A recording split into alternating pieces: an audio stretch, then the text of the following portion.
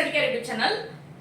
NEET 2024 ஸ்கேமை தொடர்ந்து இப்போ ஆல்மோஸ்ட் வந்து கவுன்சிலிங் கன்ஃபார்ம் ஆயிருக்கும் அப்படின்ற நிலைமையில இருந்த சிச்சுவேஷன்ல ஸோ 8th ஜூலை சுப்ரீம் கோர்ட்ல நடந்த ஒரு விஷயங்கள் மெடிக்கல் ஆஸ்பிரண்ட்ஸ்க்கும் சரி, பேரண்ட்ஸ்க்கும் சரி, எஜுகேஷனிஸ்ட்க்கும் சரி பயங்கரமான ஒரு ஷாக் ஏற்படுத்தியிருக்கு. ஸோ ஸ்டூடெண்ட்ஸ் மத்தியிலையும் பேரண்ட்ஸ் மத்தியிலையும் இப்போ இருக்கக்கூடிய ஒரு பிக்கஸ்ட் சேலஞ்ச் என்னன்னு பார்த்தீங்க அப்படின்னா, இந்த டைம் ரீநீட் இருக்குமா இருக்காதா? ஸோ நம்ம ஸ்கோர் பண்ண second time score card issue பண்ண அந்த ஸ்கோர் அந்த ரேங்க் ஆகுது இப்போ நமக்கு நிரந்தரமா இருக்குமா? அதை பேஸ் பண்ணி கவுன்சிலிங் ரெகுலரைஸா நம்ம எக்ஸ்பெக்ட் பண்ண மாதிரி தேர்ட் வீக் ஆஃப் ஜூலைக்கு அப்புறம் வந்து கமென்ஸ் ஆகுமா அப்படின்ற பெரிய குழப்பத்தோடையும் பெரிய சந்தேகத்தோடையும் இருக்காங்க. ஸோ இதுக்கான ஒரு ஆன்சர் 11th ஜூலை 2024 நாளைக்கு நமக்கு கிடைக்கும் அப்படின்றத நம்ம நம்புறோம். ஸோ ரீநீட்டுக்கான பாசிபிலிட்டி என்னென்ன மாதிரி கேசஸ்லாம் அதிகமாக இருக்கு அப்படின்றத இப்போ நம்ம கொஞ்சம் டிஸ்கஷன் பண்ண போறோம். ஸோ நம்ம ஹோப்ஃபுல்லி ரீநீட் இருக்கலாம், இல்லாம போகலாம். ஓகேங்களா? Students you should be mentally stable. ஓகேங்களா? இந்த 4 விதமான சூழ்நிலையில ரீநீட்டுக்கான வாய்ப்புகள் வந்து அதிகமா இருக்கு அப்படின்றத ஸ்டூடெண்ட்ஸ் நம்ம தெரிஞ்சுக்கணும். ஓகேங்களா? பேரண்ட்ஸ் நம்ம தெரிஞ்சுக்கணும்ன்றதுக்காக இது ஒரு அவேர்னஸ் வீடியோ தான் வேற. ஓகேங்களா? ஃபைன். ஸோ ஃபர்ஸ்ட் நம்ம ஆல்ரெடி வந்து உங்களுக்கு எல்லாருக்குமே தெரிஞ்சிருக்கும் கேசஸ் எந்த டைரக்ஷன்ஸ்ல போயிட்டு இருக்கு அப்படின்றது தெரிஞ்சிருக்கும். ஸோ டெலகிராம் சேனல்லையும் சரி, வாட்ஸ்அப்லயும் சரி, ஸோ பேப்பர் லீக் அப்படின்ற ஒரு விஷயம் வந்து ஸ்ப்ரெட் ஆயிருக்கு அப்படின்றதுக்கான ப்ரூஃப் வந்து ஆல்ரெடி வந்து கொடுத்துட்டாங்க. ஸோ பேப்பர் லீக் வந்து டெலிகிராம் ஒரு சோஷியல் மீடியால பேப்பர் லீக் அப்படின்ற ஒரு விஷயம் நடந்திருக்கு அப்படின்னா அதோட ஸ்ப்ரெட் லெவல் வந்து எந்த அளவுக்கு இருக்கும் அப்படின்றது சுப்ரீம் கோர்ட் பயப்படுது. ஸோ அந்த அளவுக்கு வந்து ஸ்ப்ரெட் லெவல் இருக்கு அப்படின்னா எவ்வளவு தூரம் வந்து அது ஸ்ப்ரெட் ஆயிருக்கு, யார் யாரெல்லாம் அதனால பெனிஃபிட் அடைஞ்சிருக்காங்க அப்படின்றத என்டிஏவோ இல்ல சென்ட்ரலோ இல்ல சிபிஐயோ வந்து ட்ரேஸ் பண்ண முடியும் அப்படின்னா அவங்க வந்து ரீநீட் வைக்கிறதுக்கான தாட்கே போக மாட்டாங்க. ஆர்எல்ஸ் கண்டிப்பா சோஷியல் மீடியா ஸ்ப்ரெட் வந்து எந்த லெவல்ல போயிருக்கு அப்படின்றத ஃபைண்ட் அவுட் பண்ண முடியல அப்படின்னா நமக்கு ரீநீட்டுக்கான பாசிபிலிட்டி அதிகமா இருக்கு. அடுத்தது வந்து பாத்தீங்க அப்படின்னா எப்பவுமே நார்மலா வந்து நீட் எக்ஸாமுக்கு வந்து ரெஜிஸ்டர் பண்றதுக்கு ஆன்லைன் போர்ட்டல் ஓபன் பண்ணுவாங்க. இன் கேஸ் வந்து செகண்ட் அந்த இன்னும் ரெஜிஸ்ட்ரேஷன் டேட்டை வந்து எக்ஸ்டென்ஷன் கொடுக்கறதா இருந்தாலுமே டெட்லைன் டேட்ல இருந்து தான் 1 or 2 days வந்து எக்ஸ்டென்ஷன் கொடுப்பாங்க. இந்த டைம் வந்து நீட் 2024க்கான ரெஜிஸ்ட்ரேஷன் போர்ட்டல் வந்து 2 times ஓப்பன் ஆயிருக்கு. நடுவுல ஒரு லாங் இன்டர்வலுக்கு அப்புறம் செகண்ட் டைம் ஓப்பன் ஆனதுக்கான வேலிட் ரீசன் என்ன அப்படின்றது என்டிஏ தரப்புல இருந்து இப்போ வரைக்கும் தெரிவிக்கப்படல.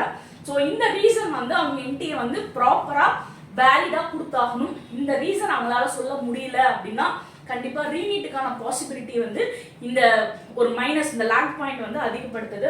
ஆனா அடுத்தது வந்து பாத்தீங்க அப்படின்னா ஒரு ஸ்டேட்ல இருக்கக்கூடிய ஸ்டூடெண்ட்ஸ், ஒரு ஸ்டேட் நேட்டிவிட்டியா இருக்கக்கூடிய ஒரு ஸ்டூடெண்ட் இன்னொரு ஸ்டேட்டுக்கு ஒரு குறிப்பிட்ட சென்டருக்கோ ஒரு குறிப்பிட்ட ஸ்டேட்டுக்கோ டிராவல் பண்ணி அந்த நீட் எக்ஸாம எழுதுறதுக்கான காரணங்கள் என்ன? எக்ஸாம் சென்டர் ஒரு ஸ்டேட் விட்டு இன்னொரு ஸ்டேட் நார்மலா வந்து அவங்களோட கம்ஃபர்ட் ஜோன்ல தான் எக்ஸாம் சென்டர்ஸ் வந்து போடுவாங்க. ஸோ அந்த சென்டர்ஸ் எல்லாம் மீறி அவங்க ஸ்டேட்டு கம்ஃபர்ட் ஜோன் எல்லாத்தையும் விட்டுட்டு இன்னொரு ஸ்டேட்டுக்கு வந்து ஒரு ஸ்டூடெண்ட் வந்து டிராவல் பண்ணி போனதுக்கான காரணங்கள் என்ன அப்படின்றதுக்கான ரீசன் வந்து என்டிஏ தரப்புல இருந்து ப்ராப்பரா கொடுத்தாகணும்.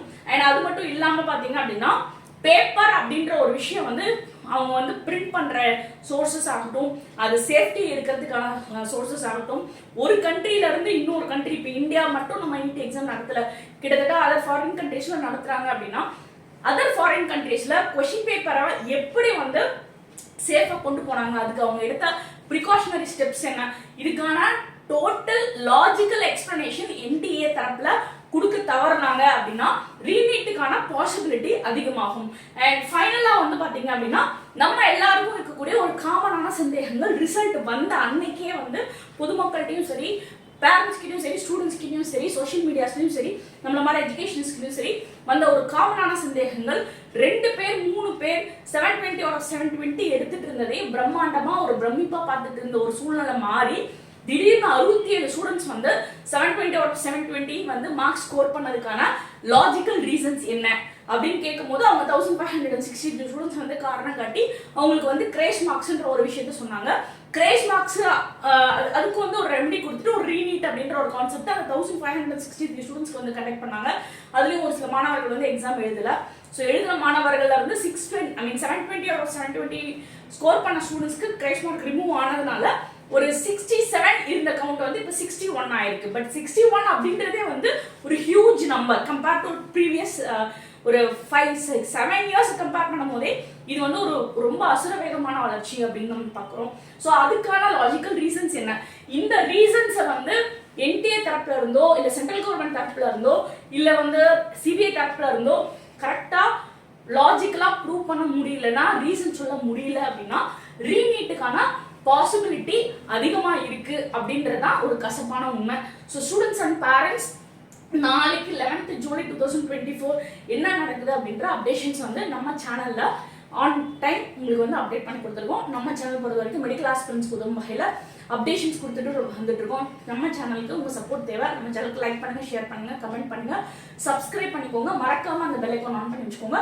அப்பதான் நான் போடக்கூடிய ஒவ்வொரு வீடியோவும் உடனே நோட்டிஃபிகேஷன் வரும். Thanks for your support.